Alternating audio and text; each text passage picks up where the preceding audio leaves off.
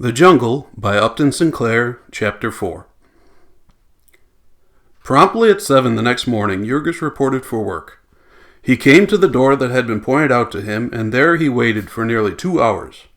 The boss had meant for him to enter, but had not said this, and so it was only when on his way out to hire another man that he came upon Jurgis. He gave him a good cursing, but as Jurgis did not understand a word of it, he did not object. He followed the boss, who showed him where to put his street clothes, and waited while he donned the working clothes he had bought in a second-hand shop, and brought with him in a bundle. Then he led him to the killing beds. The work which Jurgis was to do here was very simple, and it took him but a few minutes to learn it. He was provided with a stiff besom, such as is used by street sweepers, and it was his place to follow down the line the man who drew out the smoking entrails from the carcass of the steer. This mass was to be swept into a trap, which was then closed, so that no one might slip into it. As Jurgis came in, the first cattle of the morning were just making their appearance, and so with scarcely time to look about him and none to speak to anyone, he fell to work.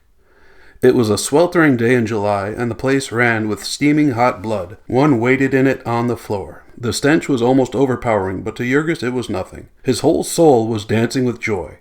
He was at work at last. He was at work and earning money. All day long he was figuring to himself. He was paid the fabulous sum of 17.5 cents an hour, and as it proved a rush day, and he worked until nearly 7 o'clock in the evening, he went home to the family with the tidings that he had earned more than $1.50 in a single day.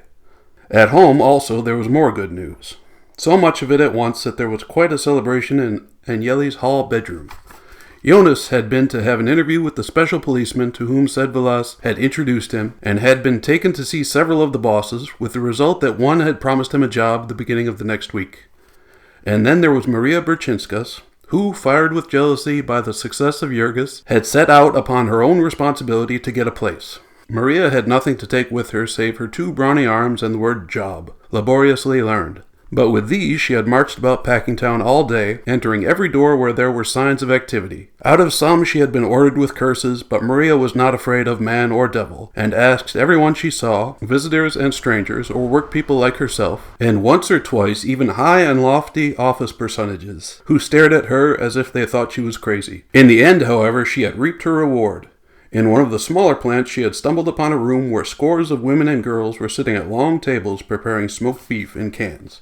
And wandering through room after room, Maria came at last to the place where the sealed cans were being painted and labeled. And here she had the good fortune to encounter the forelady. Maria did not understand then, as she was destined to understand later, what there was attractive to a forelady about the combination of a face full of boundless good nature and the muscles of a dray horse. But the woman had told her to come the next day, and she would perhaps give her a chance to learn the trade of painting cans.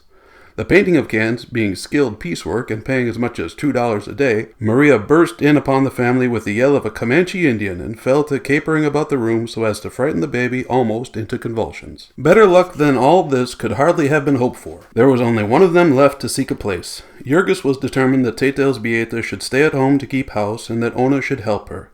He would not have Ona working.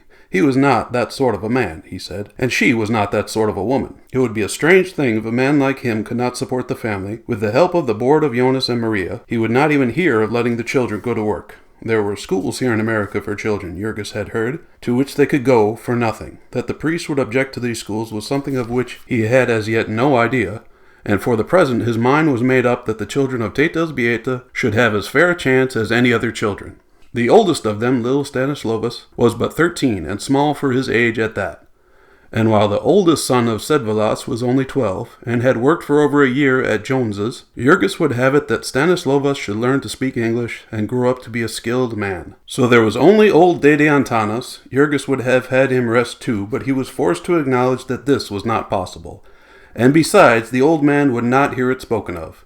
It was his whim to insist that he was as lively as any boy. He had come to America as full of hope as the best of them, and now he was the chief problem that worried his son.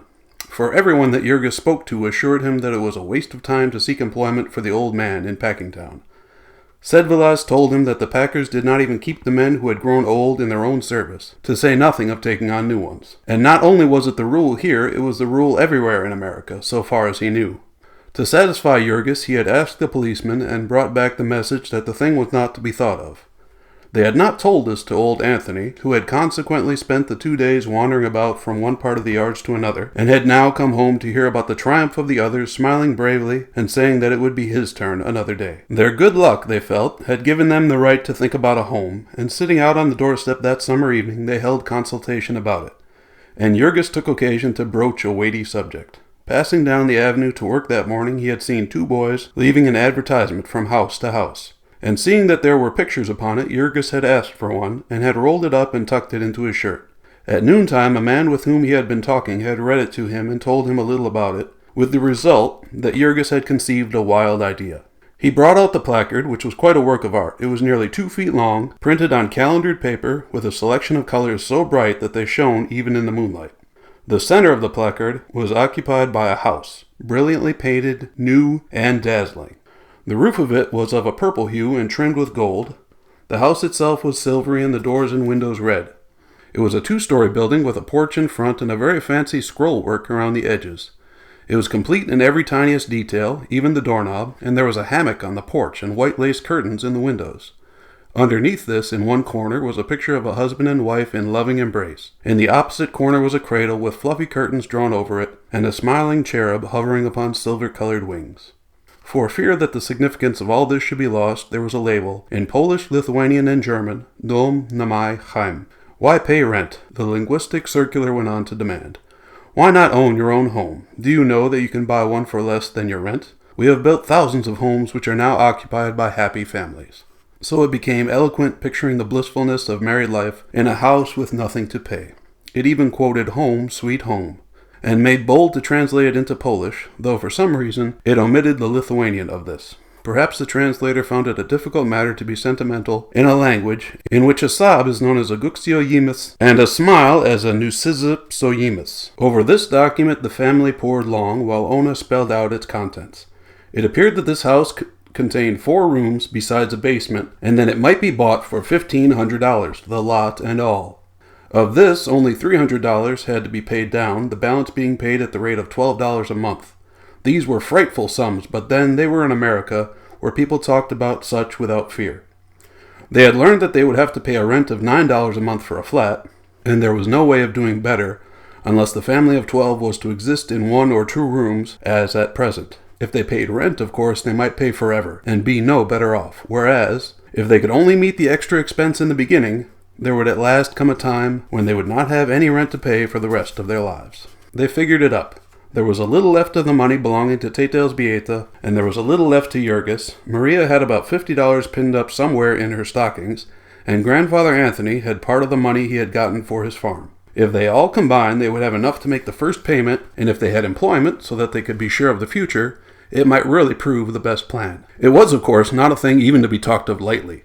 It was a thing they would have to sift to the bottom. And yet, on the other hand, if they were going to make the venture, the sooner they did it, the better. For were they not paying rent all the time and living in a most horrible way besides? Jurgis was used to dirt. There was nothing could scare a man who had been with a railroad gang, where one could gather up the fleas off the floor of the sleeping room by the handful. But that sort of thing would not do for Ona. They must have a better place of some sort very soon. Jurgis said it with all the assurance of a man who had just made $1.57 in a single day. Jurgis was at a loss to understand why, with wages as they were, so many of the people of this district should live the way they did. The next day, Maria went to see her forelady, and was told to report the first of the week, and learn the business of can painter. Maria went home, singing out loud all the way, and was just in time to join Ona and her stepmother as they were setting out to go and make inquiry concerning the house. That evening the 3 made their report to the men. The thing was altogether as represented in the circular, or at any rate, so the agent had said. The houses lay to the south, about 1.5 miles from the yards. They were wonderful bargains, the gentleman had assured them, personally and for their own good. He could do this, so he explained to them, for the reason that he had himself no interest in their sale. He was merely the agent for a company that had built them. These were the last, and the company was going out of business, so if anyone wished to take advantage of this wonderful no-rent plan, he would have to be very quick. As a matter of fact, there was just a little uncertainty as to whether there was a single house left, for the agent had taken so many people to see them, and for all he knew the company might have parted with the last.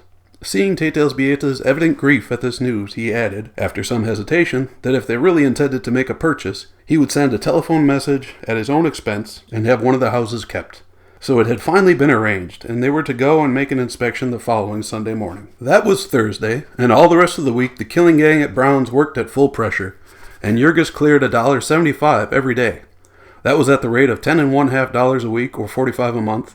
Jurgis was not able to figure, except it was a very simple sum. But Ona was like lightning at such things, and she worked out the problem for the family.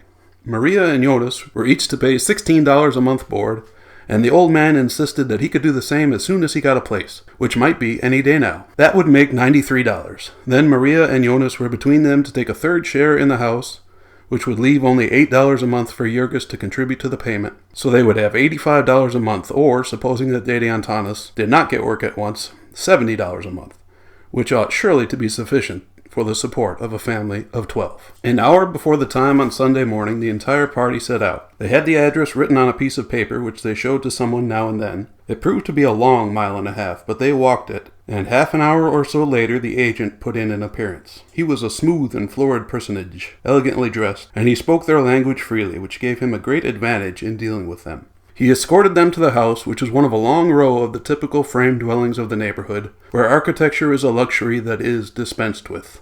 Ona's heart sank, for the house was not as it was shown in the picture. The color scheme was different, for one thing, and then it did not seem quite so big. Still, it was freshly painted and made a considerable show. It was all brand new, so the agent told them, but he talked so incessantly that they were quite confused and did not have time to ask many questions. There were all sorts of things they had made up their minds to inquire about, but when the time came, they either forgot them or lacked the courage. The other houses in the row did not seem to be new, and few of them seemed to be occupied.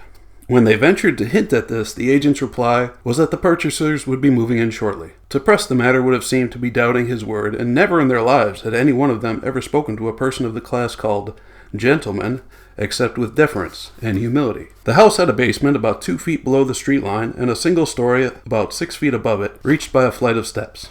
In addition, there was an attic, made by the peak of the roof and having one small window in each end. The street in front of the house was unpaved and unlighted, and the view from it consisted of a few exactly similar houses, scattered here and there upon lots grown up with dingy brown weeds. The house inside contained 4 rooms, plastered white. The basement was but a frame, the walls being unplastered and the floor not laid. The agent explained that the houses were built that way, as the purchasers generally preferred to finish the basements to suit their own taste. The attic was also unfinished. The family had been figuring that in case of an emergency they could rent this attic, but they found that there was not even a floor, nothing but joists, and beneath them the laths and plaster of the ceiling below. All of this, however, did not chill their ardor as much as might have been expected, because of the volubility of the agent. There was no end to the advantages of the house as he set them forth, and he was not silent for an instant.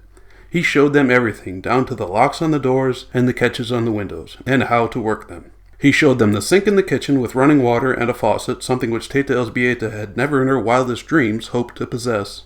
After a discovery such as that, it would have seemed ungrateful to find any fault, and so they tried to shut their eyes to other defects. Still, they were peasant people, and they hung on to their money by instinct. It was quite in vain that the agent hinted at promptness. They would see, they told him. They could not decide until they had had more time. And so they went home again, and all day and evening there was figuring and debating. It was an agony to them to have to make up their minds in a matter such as this. They never could agree altogether. There were so many arguments upon each side, and one would be obstinate, and no sooner would the rest have convinced him that it would transpire that his arguments had caused another to waver. Once in the evening, when they were all in harmony and the house was as good as bought, Sedvilas came in and upset them again. Sedvilas had no use for property owning. He told them cruel stories of people who had been done to death in this buying a home swindle. They would be almost sure to get into a tight place and lose all their money, and there was no end of expense that one could never foresee, and the house might be good for nothing from top to bottom. How was a poor man to know? Then, too, they would swindle you with the contract, and how was a poor man to understand anything about a contract? It was all nothing but robbery, and there was no safety but in keeping out of it.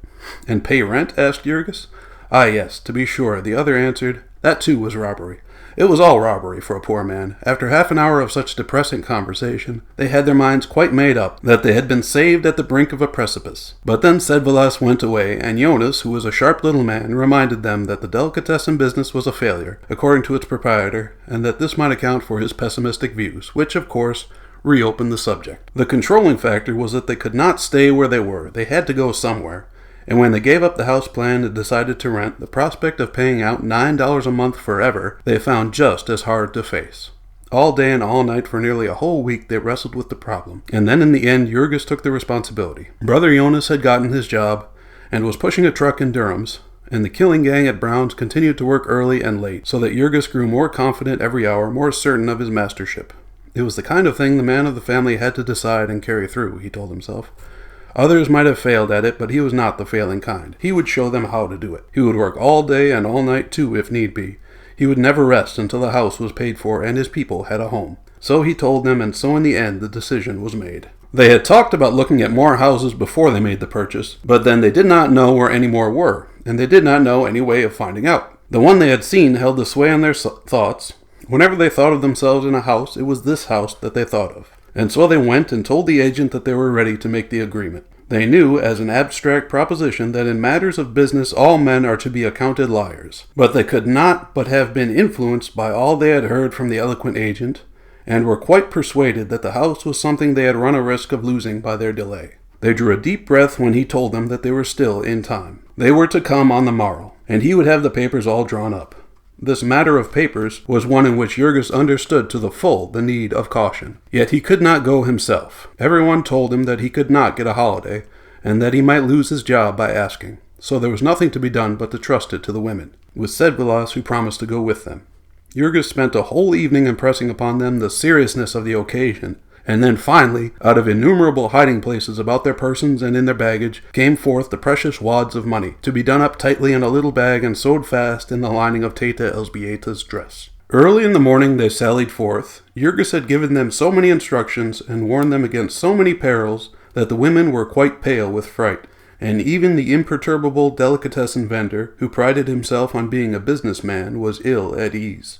The agent had the deed all ready, and invited them to sit down and read it. This Sedvilas proceeded to do, a painful and laborious process, during which the agent drummed upon the desk. Teta Elzbieta was so embarrassed that the perspiration came out upon her forehead in beads. For was not this reading as much as to say plainly to the gentleman's face that they doubted his honesty? Yet Jokubas Sedvilas read on, and presently there developed that he had good reason for doing so, for a horrible suspicion had begun dawning in his mind. He knitted his brows more and more as he read. This was not a deed of sale at all, so far as he could see.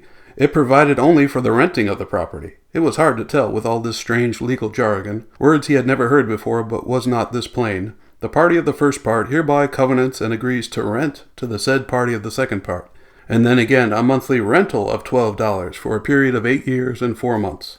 Then Sedvilas took off his spectacles and looked at the agent, and stammered a question. The agent was most polite and explained that that was the usual formula, that it was always arranged that the property should be merely rented. He kept trying to show them something in the next paragraph, but Sedvilas could not get by the word rental, and when he translated it to Teta Elzbieta, she too was thrown into a fright. They would not own the home at all then for nearly 9 years. The agent, with infinite patience, began to explain again. But no explanation would do now. Elzbieta had firmly fixed in her mind the last solemn warning of Jurgis. If there is anything wrong, do not give him the money, but go out and get a lawyer.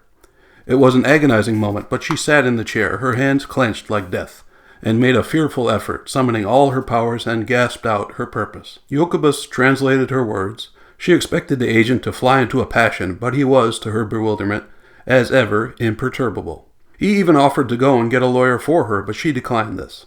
They went a long way on purpose to find a man who would not be a Confederate. And then let anyone imagine their dismay when, after half an hour, they came in with a lawyer and heard him greet the agent by his first name. They felt that all was lost. They sat like prisoners summoned to hear the reading of their death warrant. There was nothing more that they could do. They were trapped. The lawyer read over the deed, and when he had read it, he informed Sedvilas that it was all perfectly regular, that the deed was a blank deed, such as was often used in these sales. And was the price as agreed? The old man asked. $300 down, and the balance at $12 a month till the total of $1,500 had been paid? Yes, that was correct, and it was for the sale of such and such a house. The house and lot and everything? Yes. And the lawyer showed him where that was all written. And it was all perfectly regular. There were no tricks about it of any sort. They were poor people, and this was all they had in the world, and if there was anything wrong, they would be ruined. And so Sedvilas went on, asking one trembling question after another, while the eyes of the women folks were fixed upon him in mute agony. They could not understand what he was saying, but they knew that upon it their fate depended. And when at last he had questioned until there was no more questioning to be done, and the time came for them to make up their minds and either close the bargain or reject it, it was all that poor Teta Elzbieta could do to keep from bursting into tears. Jokubas had asked her if she wished to sign. He had asked her twice, and what could she say? How did she know if this lawyer were telling the truth, that he was not in the conspiracy? And yet, how could she say so? What excuse could she give? The eyes of everyone in the room were upon her, awaiting her decision, and at last, half blind with her tears, she began fumbling in her jacket where she had pinned the precious money. And she brought it out and unwrapped it before the men. All of this Ona sat watching from a corner of the room, twisting her hands together, meantime in a fever of fright. Ona longed to cry out and tell her stepmother to stop, that it was all a trap, but there seemed to be something clutching her by the throat, and she could not make a sound, and so Teitels Beata laid the money on the table, and the agent picked it up and counted it, and then wrote them a receipt for it and passed them the deed. Then he gave a sigh of satisfaction, and rose and shook hands with them all, still as smooth and polite as at the beginning. Ona had a dim recollection of the lawyer telling Sedvilas that his charge was $1, which occasioned some debate and more agony, and then, after they had paid that too, they went out into the street, her stepmother clutching the deed in her hand. They were so weak from fright that they could not walk, but had to sit down on the way. So they went home with a deadly terror gnawing at their souls, and that evening Jurgis came home and heard their story, and that was the end. Jurgis was sure that they had been swindled and were ruined, and he tore his hair and cursed like a madman, swearing that he would kill the agent that very night. In the end, he seized the paper and rushed out of the house and all the way across the yards to Halsted Street. He dragged Sedvilas out from his supper, and together they rushed to consult another lawyer. When they entered his office, the lawyer sprang up, for Jurgis looked like a crazy person with flying hair and bloodshot eyes. His companion explained the situation, and the lawyer took the paper and began to read it, while Jurgis stood clutching the desk with knotted hands, trembling in every nerve. Once or twice the lawyer looked up and asked a question of Sedvilas. The other did not know a word that he was saying, but his eyes were fixed upon the lawyer's face, striving in an agony of dread to read his mind. He saw the lawyer look up and laugh, and he gave a gasp. The man said something to Sedvilas, and Jurgis turned upon his friend, his heart almost stopping. "Well," he panted. "He says it is all right," said Sedvilas. "All right." "Yes, he says it is just as it should be." And Jurgis, in his relief, sank down into a chair. "Are you sure of it?" he gasped, and made Sedvilas translate question after question. He could not hear it often enough. He could not ask with enough variations. Yes, they had bought the house. They had really bought it. It belonged to them. They had only to pay the money, and it would be all right. Then Jurgis covered his face with his hands, for there were tears in his eyes, and he felt like a fool. But he had had such a horrible fright, strong man as he was, it left him almost too weak to stand up. The lawyer explained that the rental was a form. The property was said to be merely rented until the last payment had been made, the purpose being to make it easier to turn the party out if he did not make the payments. So long as they paid, however, they had nothing to fear. The house was all theirs. Jurgis was so grateful that he paid the $50 the lawyer asked without winking an eyelash, and then rushed home to tell the news to the family. He found Ona in a faint and all the babies screaming, and the whole house in an uproar, for it had been believed by all that he had gone to murder the agent. It was hours before the excitement could be calmed, and all through that cruel night Jurgis would wake up now and then and hear Ona and her stepmother in the next room sobbing softly to themselves.